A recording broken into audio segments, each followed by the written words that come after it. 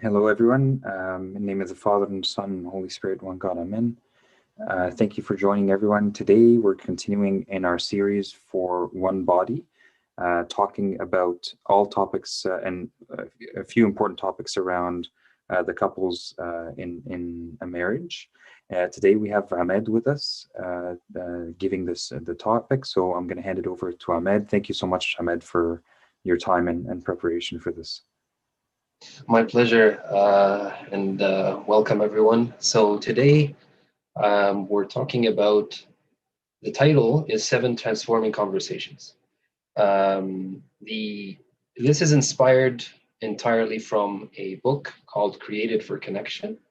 It's co-authored, two authors, Dr. Sue Johnson, who's a psychologist, and Kenneth Sandifer, who is a Christian minister. And the focus of the book, it's extremely recommended. It's very deep, and it's not shallow, and but it's also easy to read. And we were studying it as part of a young couples group. So I hope you find it beneficial, but I really recommend you get a copy and read it together as a couple. The main purpose of the book, or talk around the book, is emotional connection and emotional safety. So we will talk about what these are, and we will talk about those seven conversations, right? So first, what is some emotional connection and safety? Emotional safety means that I feel as a spouse that my partner has my back. I feel that if I feel upset, if I have a specific emotion, probably most likely negative emotion, my spouse is there for me. That's emotional safety. When I have an emotional need, the spouse is there for me, and this applies exactly equally between male and female. So it's not specific to one gender or the other. So it is a necessity. It's not a nice to have for obviously for a married couple in a marital relationship. So it is responding to emotions. The connection part is responding to emotions rather than to the problems, right? So we face a difficult situation, or a problem occurred, and then what we try to address is the problem, but sometimes there's an emotion behind it what we need to address as well. So one of the many examples of our Lord Jesus Christ is how he responded to the emotional need of children who just wanted to feel loved and welcomed. And he said, even though they were coming in a place where they weren't supposed to or anything like that, he still made them feel, he addressed that emotional need, although there was a problem going on, that they were doing maybe noise or doing something, but he still addressed that need. He probably also addressed the problem, but he addressed the need, the emotional need. So he was attuned to that. So that's emotional connection and safety. And the book is, Dr. Sue Johnson specifically has an approach called emotional focused therapy. And she's a couples counselor, and that's what, the approach she found very successful. So what we're going to do is a very, very, very high level overview of these seven conversations that she covers in the book. And again, this is a very quick overview because the book has a lot of content, but we'll take those seven. And just for, fun and for sake of understanding this better, we're going to think about it as level of a karate mastery. So you're starting with the white belt and all the way up to the black belt. So we're going to go through these conversations too, just so that you can picture it in your mind as different levels as you grow in establishing emotional connection and safety in your marriage. So, and this is listed in order, right? These are the seven conversations that we're going to talk about, and they're listed in order. So without further ado, I'm going to start off with the first one. The first one, white belt, is recognizing the demon dialogues. So we all know that the tongue is a very strong and very dangerous organ that we have, right? So, for example, St. James in his epistle, see how great a forest a little fire kindles, and the tongue is a fire, a world of iniquity. So these demon dialogues that she calls them is basically unpleasant conversations, is where it's just arguing, and there are usually three types of those. Finding the bad guy. So whenever there was there's a misunderstanding or anything, or something wrong happened around the house or anything like that, okay, we start by finding who's the bad guy. Well, you did this, no, I did this, and this is a demon dialogue, where this is just all arguing and there's no addressing of each other's needs. The second type is criticize versus defend. So one person criticizes the other one and keeps defending. So it's called a protest polka, or she calls it that. But criticize defend is another a name for it, and that's another type of dance in this demon dialogue. The last one is freeze and flee, which is basically just numbness. And the surprising, slightly surprising fact that she brings up is freeze and flee is actually one of the more dangerous ones. The other ones are dangerous as well, but freeze and flee, if it happens for a long time, numbness for a long time, it can be dangerous. So these are all basically stage one, where you just need to, as a couple, just recognize that this happened, right? You just recognize, oh, we just had a bad dialogue or a demon dialogue, right? And these types are just to help you understand and recognize those dialogues, right? So now that we've mastered recognizing those demon dialogues, we level up to the next belt color, which is the yellow, finding the raw spots. So imagine that you've now, as a couple, are able to recognize demon dialogues when they happen, and you're not yet able to stop them, but you've recognized that they're happening, right? And maybe you've handled them a little bit, right? In this stage or level, you're actually paying attention to when you've hit a raw spot before you even start a demon dialogue, right? So this is, so what starts a demon dialogue is usually you hit a chord or something on your spouse side, or a chord is hit on your side that just like switched you off or triggered you in a way. So this stage is where you can identify that trigger happened. So now you can stop it before it becomes a demon dialogue. So this stage, again, this is recognizing that raw spot has been hit. So what is a raw spot? Is a hypersensitivity formed by because of repeated neglection of a person's attachment. A person's attachment is something that they care about, essentially.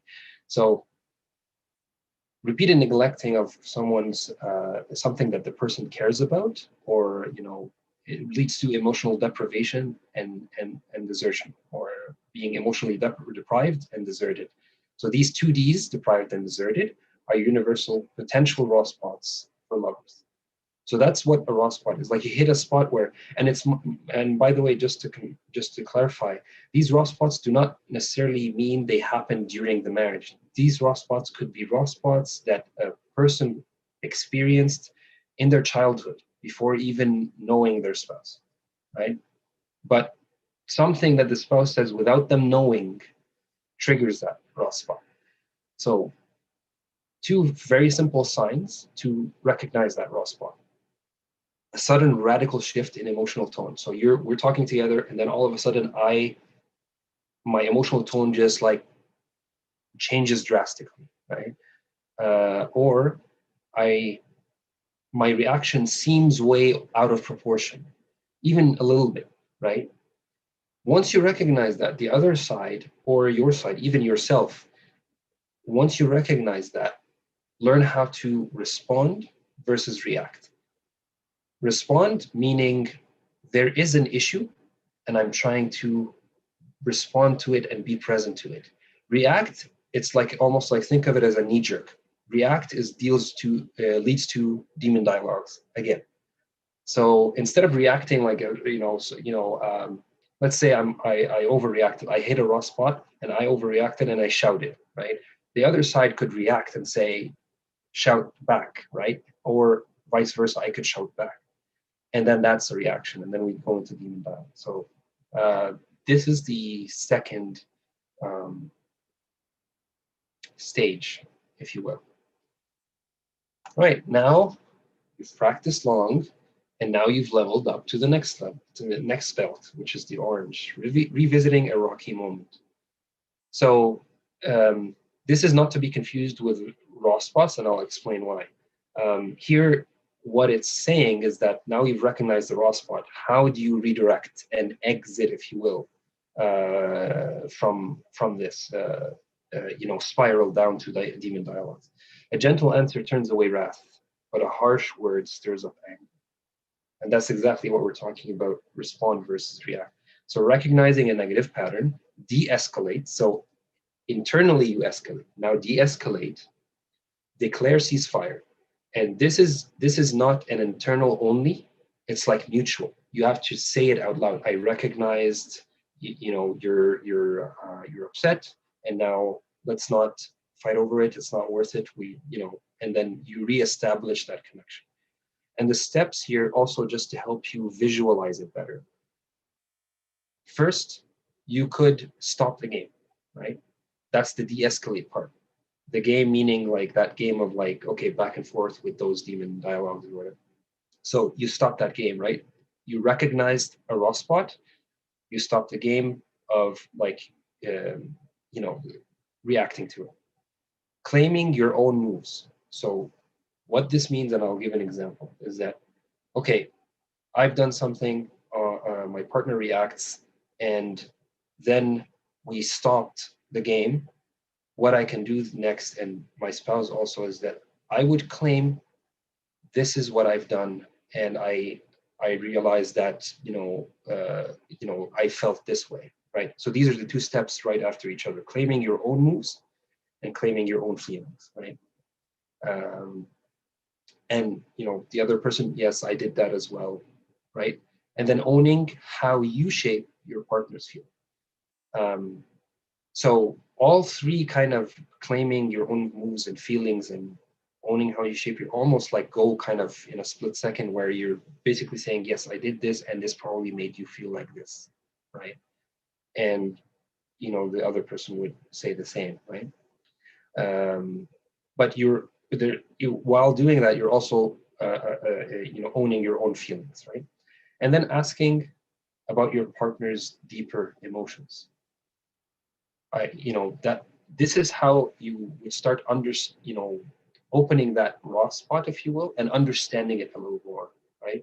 And then sharing your own deeper and softer emotion, like deeper, how. So now here's the two steps that go with each other again: asking about your partner's emotions and sharing your own emotions. Why did you feel this way? What did you feel? Felt angry, felt abandoned, felt unwanted, felt, whatever it is, right? And then stay together. Realize that you might not by the end of this conversation that you have quickly in revisiting a rocky moment, you might not solve everything. But you've created a level of like openness that now you've practiced, that you stop the demon dialogues, you've recognized the raw spot, now you're opening the conversation. So you see how this is an advanced level in this, and all this, as you can see, requires a lot of self-awareness. Sharif, I'm not sure if we're taking questions. I wanted to I had a note to pause here for a second, but let me know if we're taking questions. That's a great point. It's more live streaming, so yeah, we can continue on. Yeah. Okay, let me know if there's anything that was posted. I'm sorry, I don't have the Facebook. No, nothing's posted so far. I'll take a look again. Okay, thank you. So yeah, that's the third level. Now we reach the fourth level. And this is the first level of really creating the connection. That's the green belt. This is what is called Hold Me Tight. Actually, Sue Johnson has another book called Hold Me Tight, which is focused only on the psychological part. The book that I shared, Created for Connection, is focusing on the emotional connection and safety, but within a Christian context. So just an interesting note there that she has that book called Hold Me Tight as well. So the Hold Me Tight conversation, now it is the first step to willingly open up a conversation of connection. So you're now starting to explicitly open that conversation to connect. And sorry for the long text, I'll just read it because it's important. I felt it captured the meaning well. The Hold Me Tight conversation built on the sense of safety you and your partner have started to produce as a result of conversations 1, 2, and 3. This is the first step to deliberately creating moments of engagement and connection. That's what Hold Me Tight is. And here, to prepare for a conversation like this, and this is where you really dig deep, right? 2 questions you need to ask yourself. What am I most afraid of? And what do I need most from you, meaning the partner? These are very extremely important questions in the context of emotional connection and safety. So, and again, I put the definitions as is as well to help us understand. So what am I most afraid of? Elaborate on the deeper feelings you tapped into in the previous conversations. Now, because you've tapped into those feelings, when I say tapped into, what it means is that you've experienced it, you've recognized it, you've labeled it, right? Now, you discover your attachment priorities, the things that matter to you. You must now go all the way to the ground level. And what this is referring to, and Sue Johnson was trying to describe it as, think of those different levels as, yes, you're going higher in the sense that you're practicing more connection, but you're also going deeper in knowing yourself. So there was an analogy that you're on an elevator and you're going down floor by floor, right? In this question, you have to go all the way down to the ground floor. You have to really know what are you afraid of, and not be, no pun intended, but not be afraid to recognize that and to call it out. I am afraid of being unrespected. I am afraid of being abandoned. I am afraid of anything like that. I am afraid of whatever it is, right? What do I need most from you? Being able to openly and coherently speak your needs in a way that invites your partner into a new dialogue. And what this new dialogue refers to is that instead of a dialogue is what I need and what you need, is a dialogue, how can I help you with your need and how you can help me with my need. This is, you're inviting the other partner to know, because at the end of the day, we love each other. We are married, and we and it's something that you would be surprised when we open a question like this, how much willingness from the other side, because you feel connected and you feel you're sharing something in common. The in common part is that you both have something afraid of and you both need something from the other side. So this is the first step to really start engaging and creating that connection. Now we're starting to become experts, but obviously, as you're going through this 5th step is where you might find turbulence as you're having those hold me tight conversations. So the hold me tight conversation, let's picture it this way. Now you're at a level where you actually sit together and talk about, what am I afraid of? And obviously it takes time before you address these questions that we talked about in Hold Me Tight. But as you're talking about these, small past events might come up, as in the person might be holding a grudge. One partner might be holding a grudge. Well, this happened in the past and I felt really bad. And these might be very, very small or big. But sometimes even the small ones create very deep wounds, like a look of the eye, or even body language, or something you said that was just on passing, right? These things might come up in these conversations, and when these come up, it's not the time to react and go back to demon dialogue. So hopefully you've established enough of a basis for connection that you don't have to go back to that. So during the Hold Me Tight, I'm going to read a quote from C.S. Lewis, and a verse from the Bible as well. Be kind and compassionate to one another, forgiving each other, just as in Christ God forgave you. And C.S. Lewis says, everyone says that forgiveness is a lovely idea until they have something to forgive about, right? Or something to forgive. So it's not an easy thing, but at the same time, this is where the transformation happens even more, because now what you're doing is, if you notice the last point in this slide, a new story around this incident is created. This is extremely important. Now you're never going to change what happened in the past, but a new story is formed around it, right? Is that what happened after is we reconciled, right? So it's important for these at this stage to be open for that. Open your heart for forgiveness. Open for heart to understand what has impacted your partner, right? So the steps are essentially like this, and again, these are just to help you get a visualization of how it would look like. The hurt partner, the partner who got his feelings hurt, expresses the hurt openly, right? Not again, not aggressively or anything, but openly, like freely, right? The other partner acknowledges and remains emotionally present. So be present listen, the active listening part. And then together we do something called the revising our scripts. Now the partners say, oh, well, this happened because of this. Well, I didn't mean it. I just meant this. And then you start recognizing that, okay, the next time this happens, my script is going to be different. Revising your script is almost like revising your autopilot that you have on, right? You've always been reacting to certain things like that, but it happens that that hurts your partner in one way or another. Again, even if it's so small.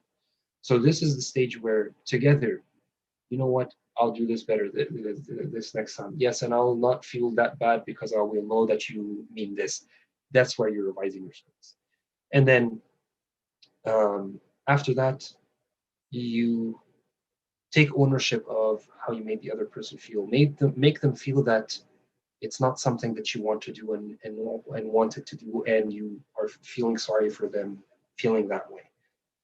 And then repeat the Hold Me Tight conversation. This is a great time to repeat, and where we talk about our needs, what we're afraid of, and what we need each other for, and how it ties in to this incident. And this is a great thing where you find steps 4 and 5, Hold Me Tight and Forgiving Injuries, kind of bounce kind of off of each other. They go hand in hand, right? And then as you continue that more and more over time, again, not from one conversation or two, a new story is created. You feel connected to your spouse through that negative incident. Now you've created a new story around it, and it becomes transformational. So now we're getting into the last two stages, and this is the brown belt here. Bonding through sex and touch. And we want to clarify two things about our misconceptions around this.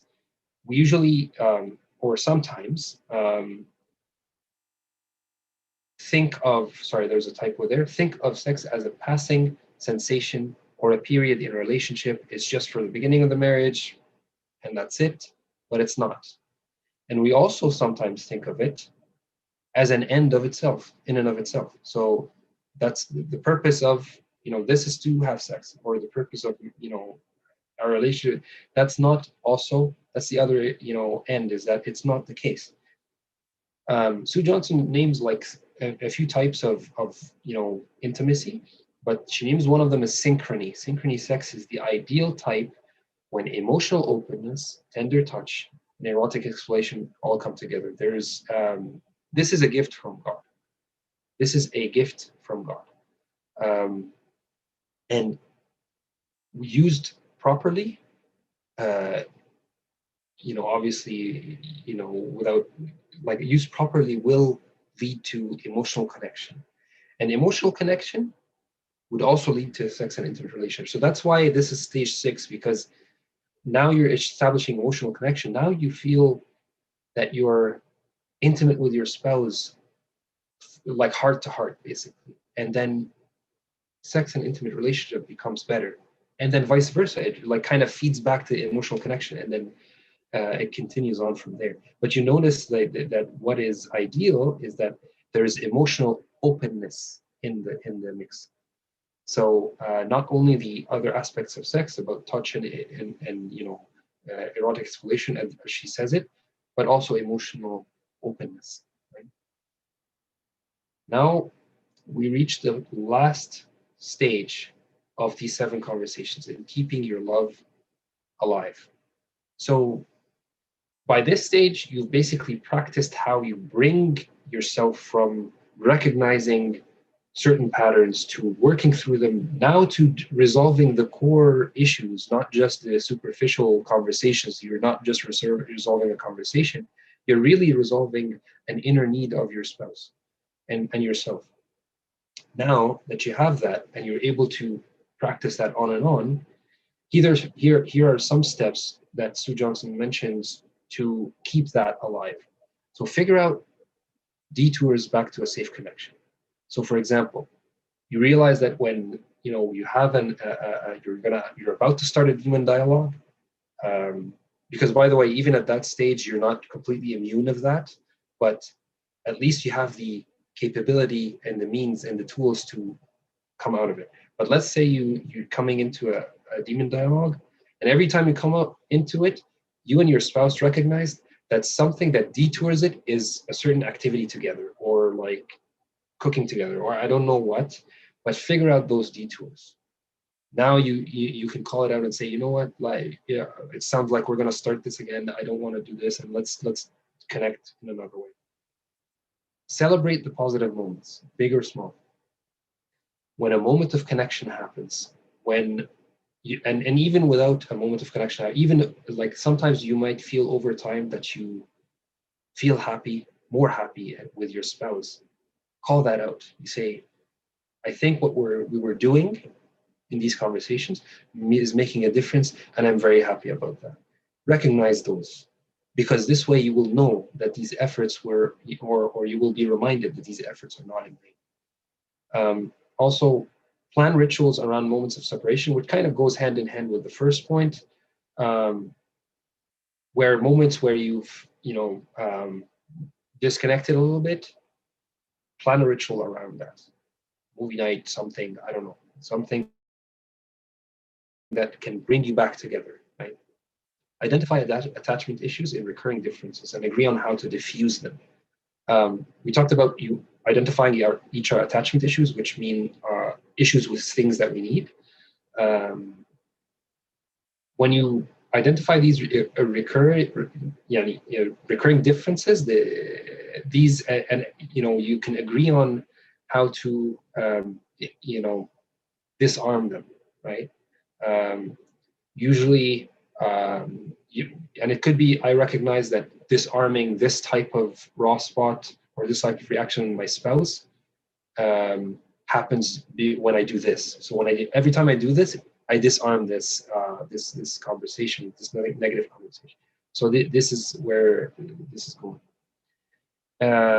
Create a resilient relationship story. And what this is basically, it's not like you're writing down a story.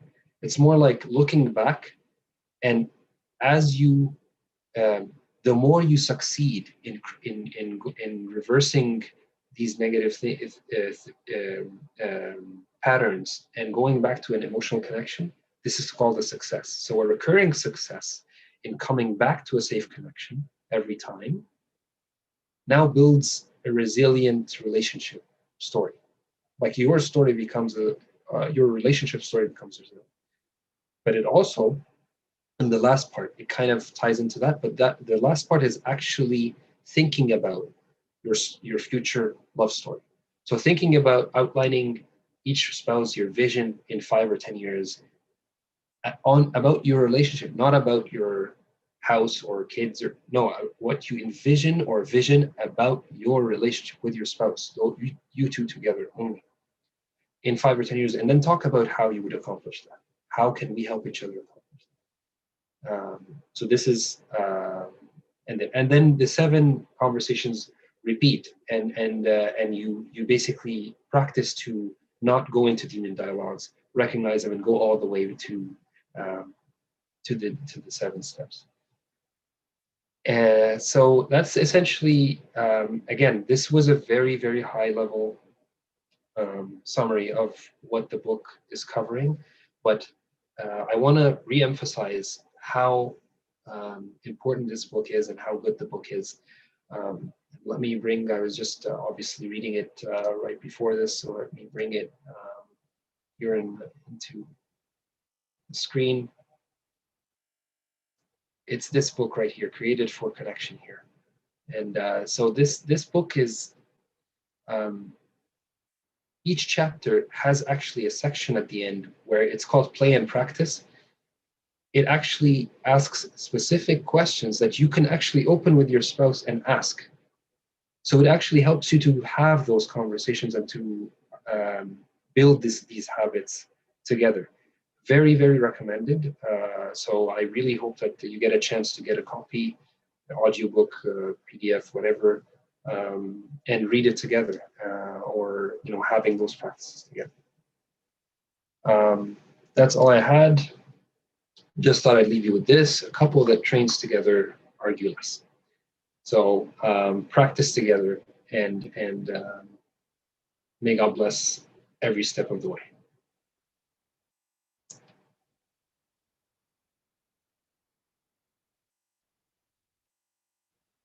Sharif, any